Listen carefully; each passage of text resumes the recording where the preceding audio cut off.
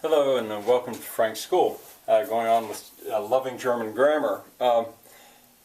It's coming to the point where I think, gee, I ought to get on to another sentence. This is getting kind of long with this same sentence. But really, grammar's like that. It's there all the time. And I don't think I'd have to get into this story very far before I will have shown you all the grammar there is to show about German. What I want to talk about here today, and I don't want to be, first of all, I want to point out that I have a correction to make. Somebody made the comment on one of my videos. It is, in the dative case, it was zu den Männer, Männern, I forgot the N. Maybe there's only one N. Anyway, I forgot the N. It's the dative case. Nouns change their endings, and I wasn't really quite ready to deal with that. But anyway, thank you for that correction. And there may be some other corrections coming here because I've got some people that know they're German watching this. All right, what I wanted to say about the verbs here is it's a little bit like the elephant in the room. I think they say that nobody talks about. German word order, or sentence structure, it's called. If you Google German sentence structure, you'll see an essay about this, and I thought to myself, oh no, how am I going to make people love that? Because it reads so complicated. And it's different. I mean, it's one of the things that gives German its charm for me.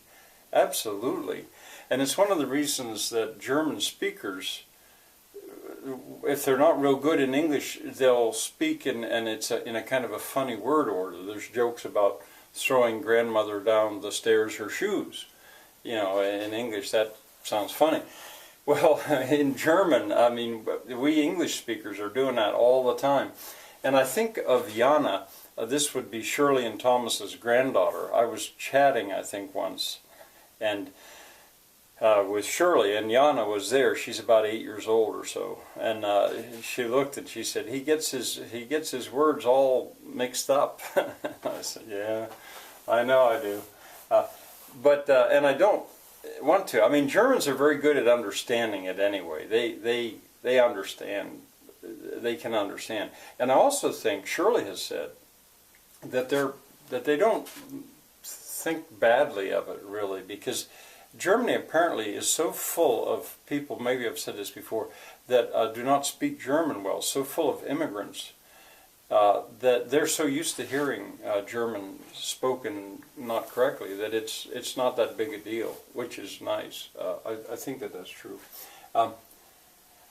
Still another thing I wanted to say about my teacher, Shirley. I don't know how you'd come up with such a good individual teacher as she's been for me. She's been so patient with my German. Well, anyway, on to the matter. In German, the verb, the Germans want in a sentence the verb to be in the second position.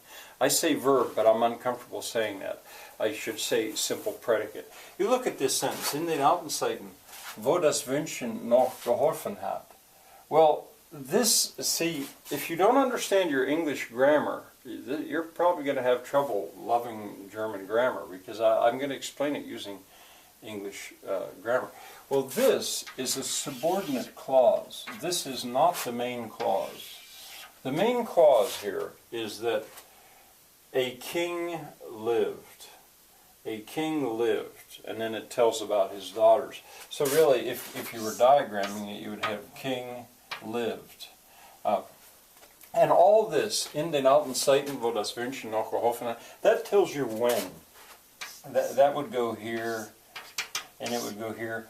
In den alten Zeiten, wo das Wünschen noch geholfen hat. When you diagram, the word order doesn't matter, which is kind of nice in a way for German, because it doesn't change what order you say. It doesn't change the fact that you're saying a king lived. Well, in German, they want this to be second. So since all of this comes first, since we're told when, then it's got to go straight to the verb, lebte, lebte ein König. In English we could say, in the old times when wishing still helped, a king lived. Or a king who had daughters lived.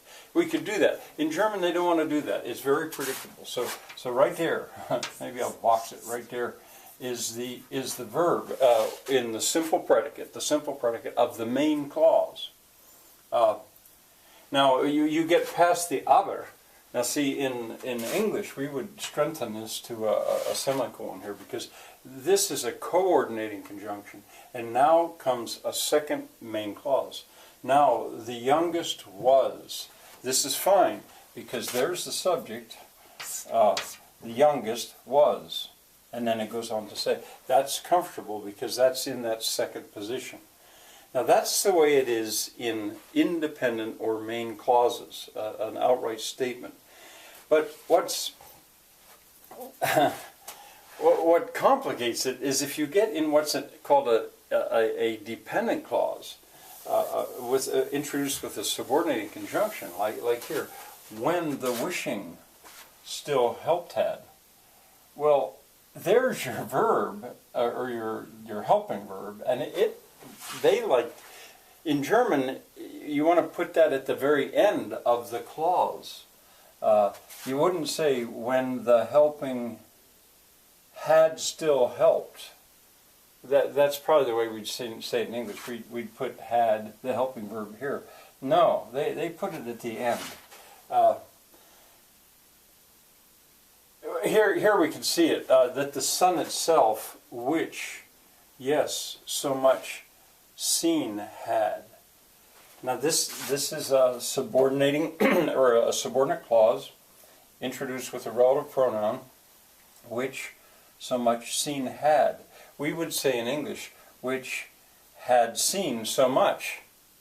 But see, this is not a main clause, this is a subordinate clause. This is probably really scaring you if you don't know your English grammar. And here also we've got that. As often, this is a subordinate, as often, so oft she in the face shone. She shone in her face, we would say in English. We would want to put it here. But in subordinate clauses, they want it at the end. It's tricky. It's really tricky. And I sort of have a question for those of you who know German well. I'm puzzled that right here, lived a king whose daughters were all beautiful. Now, whose daughters were all beautiful is a subordinate clause. And why this waren is not at the end, I don't understand. I can't explain. Why isn't this ein König, lebte ein König, dessen Töchter alle schön waren?